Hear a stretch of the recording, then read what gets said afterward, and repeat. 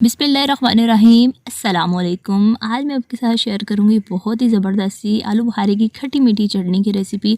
बनाने में ये बहुत आसान है, आसान से अज्जा इसमें पड़ते हैं और टेस्ट में ये बहुत ही कमाल की बनती है। तो वीडियो को स्टार्ट करते हैं। तो यहाँ पे मैंने ले लिए आलू बुखारे, 300 ग्राम आलू बुखारे लेके अच्छे तरीके से मैंने 2 से 3 पानियों में धो लिया है और इनको मैं पतीले में डाल दूँगी। और उसके बाद मैंने इसमें 2 बड़े मग जो है ना वो भर भर के डालने हैं पानी के।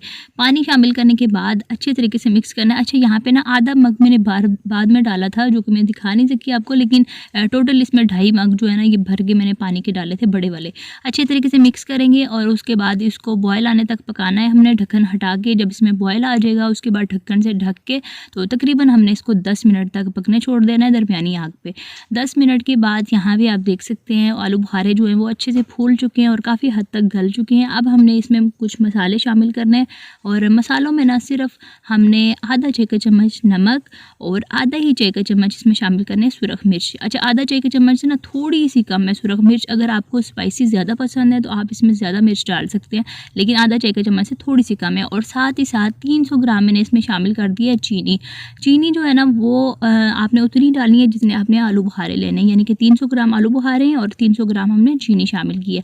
और उसके बाद यहाँ पर मैंने अदरक का एक पीस ले लिया है छोटा सा और उसको दरम्यान में से कट करके ना तो पूरा पीस इसमें शामिल कर दिया। इसका बड़ा अच्छा फ्लेवर आएगा। बाद में जब चटनी बन जाएगी ना तो अदरक के पीस को निकाल लेंगे। आप चाहें तो उसको पीस के थोड़ा सा इसमें पानी डाल के वो भी शामिल कर सकते हैं, बड़ा अच्छा सा फ्लेवर आता है इससे। और उसके बाद ढक्कन से ढक के 5 से 7 मिनट तक मैंने इसको दरमियानी आग पे पका लिया था।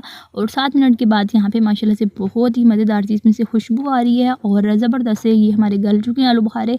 तो अब हमने इसमें कुछ चीज़ें शामिल करनी है जो इसको ख़राब होने से बचाएंगी। तो यहाँ पे मैंने लीमू का रस ले लिया, तकरीबन 1.5 खाने का चम्मच। लीमू जो है ना इसको एक तो ख़राब होने से बचाएगा और बाजू का चीनी किसी चीज़ में डाल के ज़्यादा देर तक स्टोर की जाती है ना तो चीनी जम जाती है, तो इसको ना वो क्रिस्टल बनने से ये बचाएगा। और साथ ही साथ 15 से 20 बादाम छिलके उतारे हुए ये मैंने डाल दिए हैं और 2 खाने के चम्मच भर के 4 मगज़ डाल दिए हैं। आमतौर पर बाज़ार से जो चटनी ख़रीदी जाती है आलू बुखारे की या फिर शादियों पर जो बनाई जाती है तो बड़ा ज़बरदस्त ये चीज़ें पड़ी होती हैं तो टेस्ट आता है। और साथ ही साथ 1 चुटकी मैंने इसमें रेड फूड कलर डाल दिया है, बड़ा ज़बरदस्त ऐसे कलर आता है। ये टोटली ऑप्शनल है, आपकी अपनी मर्ज़ी है।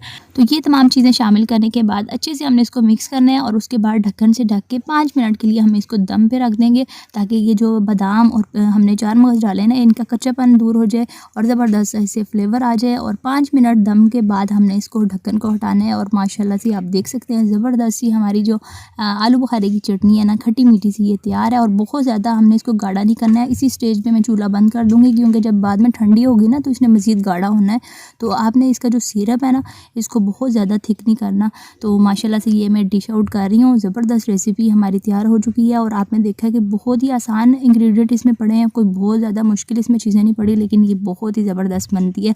अच्छा जी, अब इसको पे बात करते हैं कि आपने इसको स्टोर कैसे करना है। आपने किसी भी एयर टाइट जार में जो अंदर से गीला ना हो अच्छी तरीके से खुश्क कर लें। उसके बाद इस चटनी को डाल के फ्रिज में रख दें, महीना 1.5 महीना आराम से आपकी ये चटनी चल जाएगी। बस एक चीज़ का ख्याल रखें कि एयर टाइट होना चाहिए, हवा का गुजर नहीं होना चाहिए उसमें, और दूसरा खुश्क होना चाहिए अच्छे तरीके से, तो ये ख़राब नहीं होती बिल्कुल भी। और जब आपका दिल करे तो मज़े से इसको निकाल के एंजॉय कर सकते हैं। बहुत ही मज़ेदार सी ये रेसिपी है।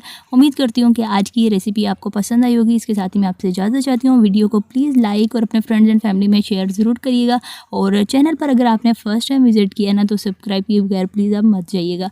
तो मिलते हैं फिर किसी और नई मज़ेदार सी वीडियो के साथ। अल्लाह हाफिज़, फ़ी अमान अल्लाह।